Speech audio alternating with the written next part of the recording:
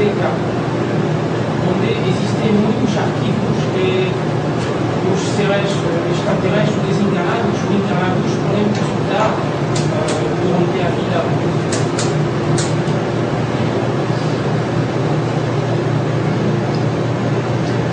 Os antigos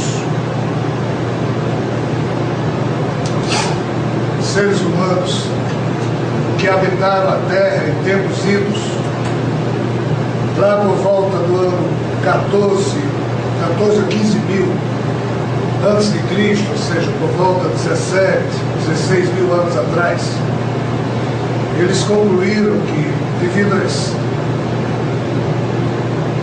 condições geológicas planetárias e diante das condições tecnológicas que existiam, que era talvez a última etapa daquilo que nós chamamos de forma simplória de Império Atlântico, eles perceberam que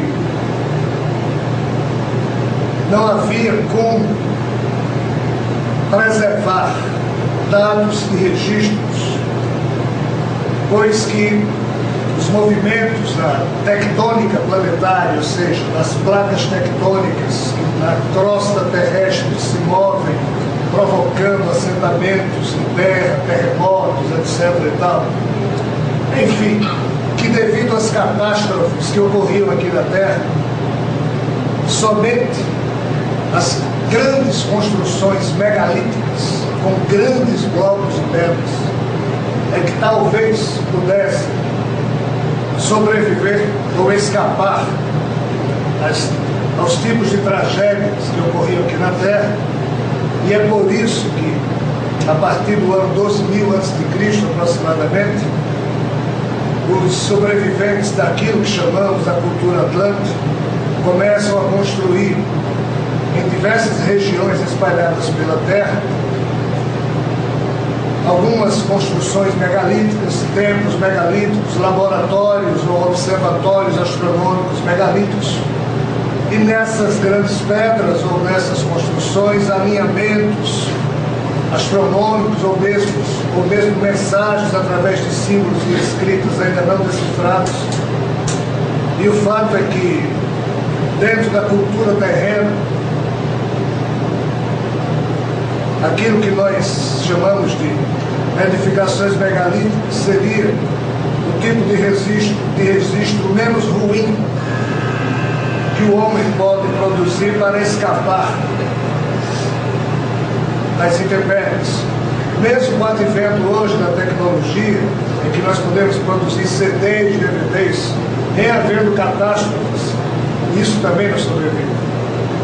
Tempo virá em que o homem, se nós conseguirmos sobreviver mais alguns 2 ou 3 séculos, irá colocar no espaço, em satélites geoestacionários, e não adianta colocar em Lua ou em outros planetas, mas somente em bases, ou naves, ou satélites, ou algo que fique voando no espaço, obedecendo ao centro gravitacional, todo o registro daquilo que o ser humano quiser guardar, preservar para a posteridade.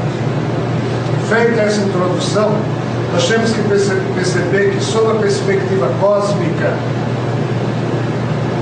os espíritos e os mentores celestiais afirmam que quase absolutamente tudo que o ser humano foi capaz de criar como forma de organizar a sua vida na Terra, em termos de gestão política, gestão administrativa operacional, tudo isso tem um quê de semelhança com o que ocorre para além das fronteiras da cultura terráquea. Isso porque as personalidades espirituais que estão ocupando as principais funções de mando aqui na Terra nos últimos 30 mil anos não passam de 4 ou 5 mil individualidades, são as mesmas.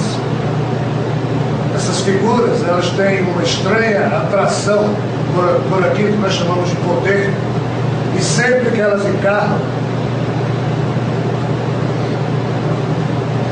elas se dirigem à ocupação desses cargos. É engraçado perceber isso. E sob essa perspectiva, esses poucos milhares de individualidades, todos eles são exilados praticamente. Espíritos que vieram exilados de outros mundos. Então trouxeram no seu subconsciente espiritual, vamos assim dizer, na sua bagagem espiritual, todo um arcabouço de vivência, que terminaram por, quando alojados aqui na Terra, influenciar o psiquismo existencial daqui, e por isso que muito do que nós criamos enquanto espécie pensante, no campo da gestão, aquilo que nós chamamos de organização de processos, isso é um pouco do muito que existe aí fora. Isso que foi feito na Terra não há nada de novo. É uma cópia adaptada, menor, pequena, do que existe lá fora. Nessa perspectiva, o que existe lá fora é, agora indo de encontro à sua pergunta, algo muito semelhante ao que ocorre na Terra em relação a esse assunto.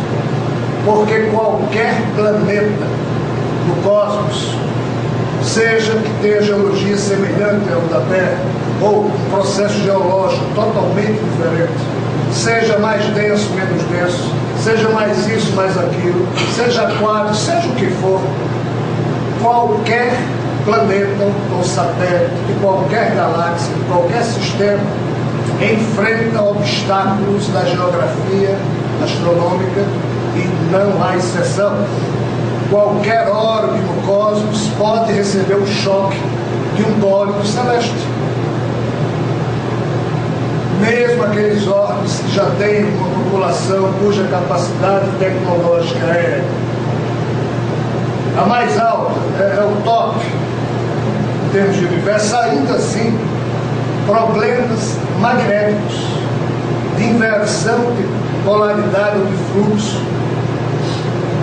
podem acabar em um segundo com qualquer orbe no cosmos. Então, diante disso, o único lugar seguro para a preservação de dados, onde é? No espaço intersistêmico, ou interplanetário, ou intergaláctico. Mas para isso é necessário que as populações que desejam fazer isso tenham a condição de construir praticamente um planeta artificial, com uma base artificial. E é isso, exatamente isso que existe. Esse ser a quem chamamos Javé, pelas fofocas, tudo indica, é um habitante do planeta de Vega, o sistema de Vega, só que o sistema de Vega é hoje o que o sistema planetário foi há tempos atrás, quando da sua formação há 4 bilhões e 500 milhões de anos, 600 milhões de anos.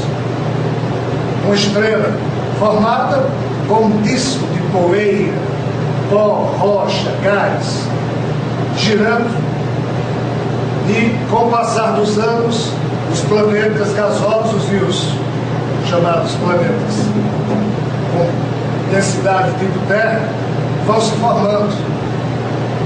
E nas primeiras centenas de milhões de anos, a formação do sistema estelar, muitos choques, cometas, asteroides, cometas, pedras, planetas ocorrem. Então não teria tempo ainda de um sistema como o de Vega ter gerado vida. Mas o que é que acontece? Civilizações extremamente avançadas podem e se deslocam do espaço, levando toda a sua bagagem, ou seja, eles têm um planeta artificial, que na verdade é uma grande base, e viaja pelo universo. E eles passam 67 milhões de anos terrestres estacionados no sistema de Vega, 48 milhões de anos terrestres estacionados em outro sistema, e assim a vida cósmica para quem pode. Nesse sentido, existe sim locais construídos artificialmente, ou planetas construídos artificialmente, ou bases, como queiramos chamar, que são postos no espaço, sem problema.